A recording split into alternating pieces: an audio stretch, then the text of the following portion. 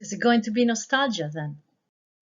In this presentation, I will look at a corpus of recent output of the British press to explore what it is the papers discuss when referring to pre-pandemic times. More specifically, while exploring, I'll be actively testing an hypothesis. That is there a narrative of nostalgia in the press when discussing life before COVID? The background of this hypothesis is the repeatedly encountered speculation on the nostalgic effects of COVID-19. Some scholars, particularly in marketing research, have associated the pandemic experience with the nostalgia for small, ordinary things. I guess we have all dwelled on the idea of COVID having dramatically changed the world as we knew it. But is a nostalgic representation of pre-COVID reality pervasive? There are a few explicit associations between COVID and nostalgia. The numbers you see here are articles mentioning COVID and nostalgia in the British papers available on Nexis and are updated to March 2022. But references to nostalgia tend to be, well, not particularly nostalgic. In fact, most of the occurrences of nostalgia and COVID refer to Dua Lipa's future nostalgia tour being cancelled. Anyway, the term nostalgia is a rare word, and in any case, looking directly at the word nostalgia would not get us very far in the investigation of the emotion of nostalgia, even though it can be a useful starting point. All the explicit references to pre-COVID and nostalgia in the corpus I have analyzed are in one article from the Times about Ralph Lauren's new collection as a vision of pre-COVID nostalgia, a time we gathered, we danced, we loved, we laughed, and we looked good. And in case you're wondering what we looked like, that's us. So, the first step to determine whether there is a narrative of nostalgia or not and whether it is dominant is to find a way to identify nostalgia. Let's start with a broad definition of the emotion. There are many, but I chose Philippe de Brigard, who's a neuroscientist, who describes the components of nostalgia. So according to de Brigard, nostalgia is a cognitive component, which is the retrieval of a memory, or rather the mental simulation of a past remembered or imagined. An affective component, which is makes valence the combination of the negative feeling that causes the nostalgizing and the positive affect elicited by the content of the simulation. Research in psychology, in fact, largely agrees that nostalgizing does not cause distress, but results from it, and it has a beneficial effect and function of buffering against the negative feeling. And then a conative component, which is not so much the desire to return to the past as much as the desire to reinstate the positive properties of the simulated past event in the present. So these are the components of the emotion as lived by the human brain. Obviously, they do not necessarily find all linguistic realization in the discourses that may present or trigger the emotion itself. What we have access to in text is not the emotion, but the discursive mechanisms that may construct something that was good in the past or thought to be good in the past and is perceived as not longer existing, with a supposed effect, if not the intent, to evoke a feeling of nostalgia. So the fundamental discursive motor of nostalgia is evaluation. Rehandling de Brigard's definition, we're looking for reminiscence of, no matter if they're factual or not, of positively balanced past in contrast to a negatively balanced present, and the expression, but more often the allusion to or the implicature of a desire to return to the positive past feeling. Spoiler alert, this is not a paper about COVID. It's more of a methodological paper, and I'm using COVID as a smaller and contextualized playground to operationalize discursive mechanisms that construct a complex emotion such as nostalgia and move beyond the linguistic expressions that denote the emotion, for example, the word nostalgia, to the linguistic expressions that signal it. Why does it matter to do that? Because the way emotions circulate in discourse have powerful ideological implications, and nostalgia is a powerful and timeless feeling. It's not for nothing that branding strategies have been marketing nostalgia since the 1980s. Why COVID? Well, I thought that COVID would be the perfect territory to experiment. Nostalgia, in fact, is associated with moments of sudden change, anxiety, dissatisfaction with the present, and loss of confidence in the future. So what better context than an unexpected and devastating global pandemic?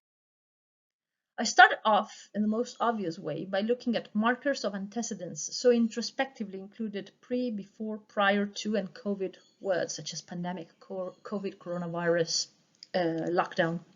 This was getting a bit too armchairy for me, so I looked also for quantitative justification to include items, frequencies, and top clusters, etc. So pre-pandemic and pre-COVID are the top frequent words formed with prefix pre in 2021. Next in the list is pre-match, which is 8 times less frequent than pre-pandemic. Before the pandemic is the top 3 gram containing the word before in all the papers except the Daily Mirror, and is the top 6th cluster in the corpus.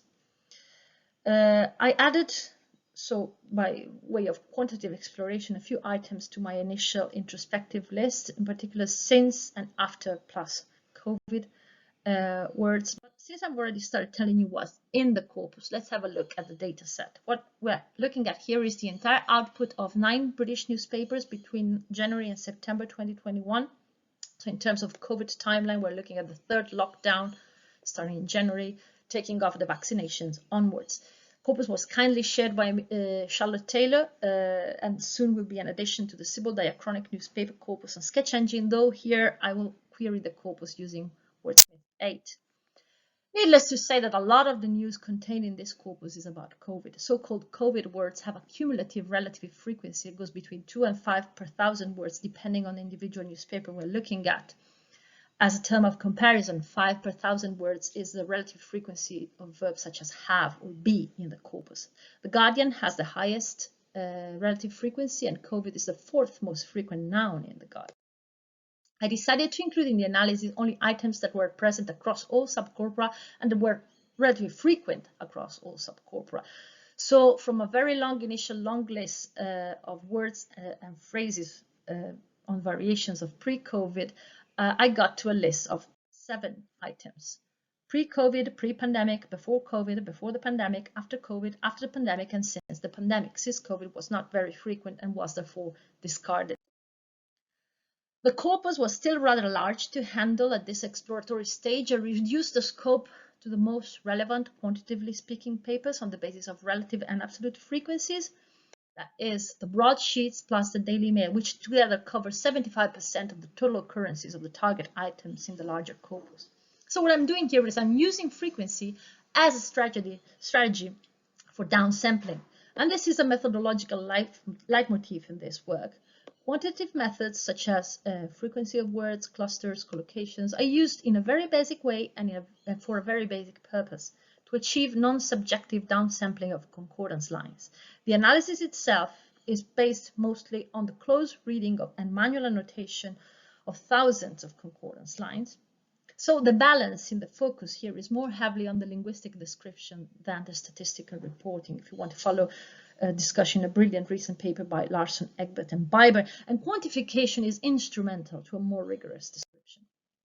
In the analysis, I always start from collocates and then funnel down to concordance lines. And this is a selection of top 20 collocates of pre-COVID and pre-pandemic, ranked by frequency but weighted against the cutoffs for statistical measures of collocations. Some general observations. 50% of all occurrences of pre-COVID and pre-pandemic co-occur with word levels, as in return back to pre-COVID, pre-pandemic levels. And the levels that papers are referring to are vastly to do with money and business, economy, sales, demand, GDP. We have references to scale, capacity, numbers, size, other elements of quantification and comparison, below, above, average, peak, more, higher, half. And then the word times. I looked more closely at the 104 co-occurrences of pre-COVID, pre-pandemic, and times, cleaned up of the relevant references to the times or the financial times. In the vast majority of cases, times as a temporal meaning, as in pre-pandemic times. Then we have a quantitative meaning of increment or decline of times and a marginal but coherent clock meaning of waiting times. Analyzing the concordances and classifying them by theme, the most dominant topic is by far, again, the economy. Vast majority referring to the state of business in pre-COVID pandemic times, a smaller proportion quantifying the number of times sales, revenues, or employment increased or decreased. And then we have a set of references to tourism, which could still be included in the economy because most of them are about the prospects of a tourism industry. A smaller portion of references to waiting times and backlogs, in particular in the context of the NHS. None of these categories was characterized by nostalgic discourse. One category where we find traces of nostalgic discourse is a mixed bag of examples about music, film, fashion, and sports, which accounts for about 30% of all concordance lines, half of which may be identified as nostalgic examples. It's important here to remember absolute numbers because half of 30% here means 16 examples examples altogether. And in the examples that were classified as nostalgic or potentially nostalgic, we have a positive element of past reminiscence with a more or less explicit expression of sentimental attachment, for example, the word appeal or loved, plus a contrast with the present intrinsic to the marker of antecedents. While in the discussion of the economy, there was a frequent narrative of quantitative decline and loss compared to the past, and that is obviously negatively evaluated. What was missing is the affect. Unsurprisingly, perhaps, discussion of the economy is unsentimental. So while we may say that the terms pre-COVID and pre-pandemic have an intrinsically positive prosody, they're, however, not intrinsically nostalgic.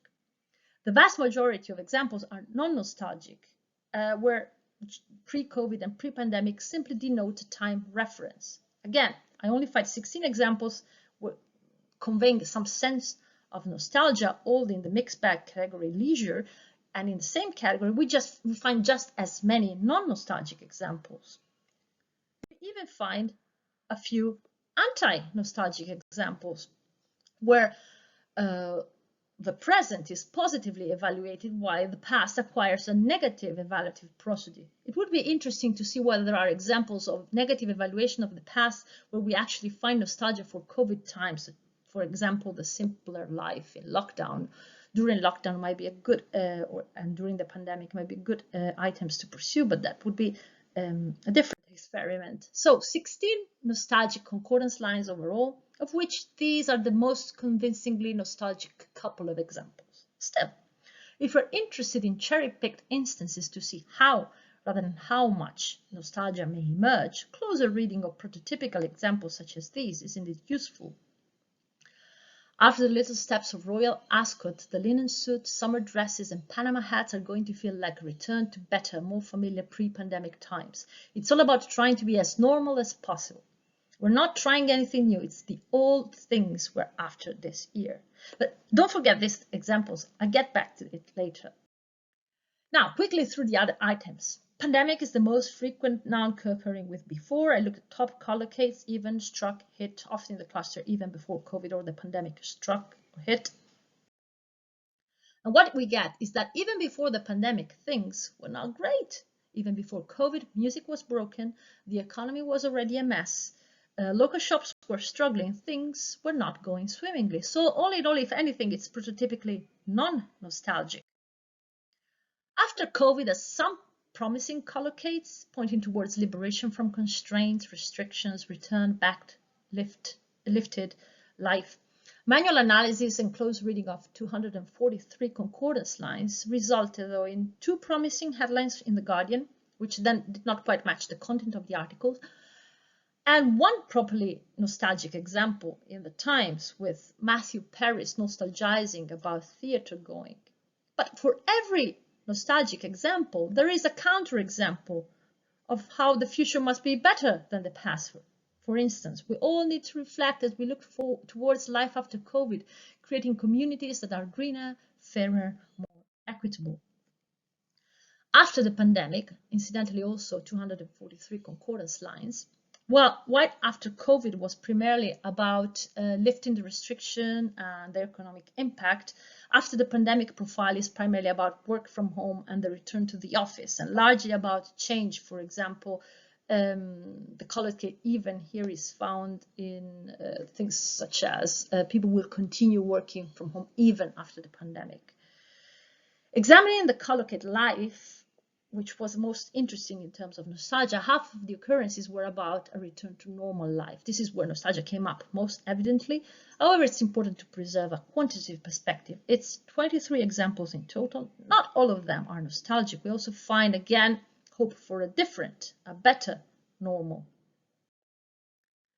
Since the pandemic turned out to be the worst candidate to investigate nostalgia, but potentially a good one to gain access to other emotions, it's largely about the deadliness of the pandemic and about what happens for the first time since the pandemic, which in 23% of cases is a decline of deaths and cases, in 30% of occurrences a recovery of the economy, and another 30% return to public spaces and crowds. But the emotion that we encounter here is not so much nostalgia, rather relief or general joy. So back to the research questions. What do newspapers discuss when referring to reality before the pandemic? Well, mainly money, the disruption of the economy as a result of the pandemic and the slow recovery. Is there a narrative of nostalgia? Definitely not as much as expected. The association of life pre-COVID and nostalgia is anecdotal and certainly not dominant. We can discard the hypothesis that COVID is associated with discourses of nostalgia, or at least that markers of antecedents are good lexical candidates to gain access to discourses of nostalgia. As mentioned, the affix pre gives access to discourses that are largely to do with economic aspects, which were indeed the present is negatively evaluated negatively in contrast to a positive past, but where the sentimental attachment or longing is missing. We do find nostalgic examples in the corpus, but they represent a very marginal discourse. And for every nostalgic cherry we pick, we can find an anti-nostalgic counterexample and many more non-nostalgic ones. But one jump back into the corpus. You've probably noticed the word normal cropping up through the slides, in the list of colloquies of pre-COVID, in the prototypical examples of nostalgia. So I had a closer look, further funneling. You may wonder, couldn't you have looked at that from the start, since the title of this conference is The New Normal? Yes, I could, but it would have been a pet case of corroboration drive, not very thorough. So like the picking of the perfect Daily Mail cherry on pre-Blitz, on Blitz spirit nostalgia. Only 0.1% of references to COVID or pandemic occur with the word normal. The analysis of 237 concordance lines revealed that 73% of these referred to the so-called old normal, but not all references to old normal necessarily imply nostalgia. In fact, 5% of the examples were to do with the old normal not being good. So again, closer inspection of the concordance lines is needed to access evaluation. And again, also in these cases, examples of nostalgic discourse were entirely unrepresentative. Normal seemed a good candidate to access nostalgic discourses because it got prototypical examples, but nostalgia was still rare. There may be obstacle in the topic-based downsampling because language is subtle, communication is complex. So, for example, if we only looked at concurrences of normal and nostalgia, we find implicit references to the pandemic with no mention of it, as in the example, I believe 2021 is above all the year when we will eventually do those everyday things that now seem lost in the past, bathed in rosy glow of nostalgia, etc., holding hands with our loved ones in the normal way.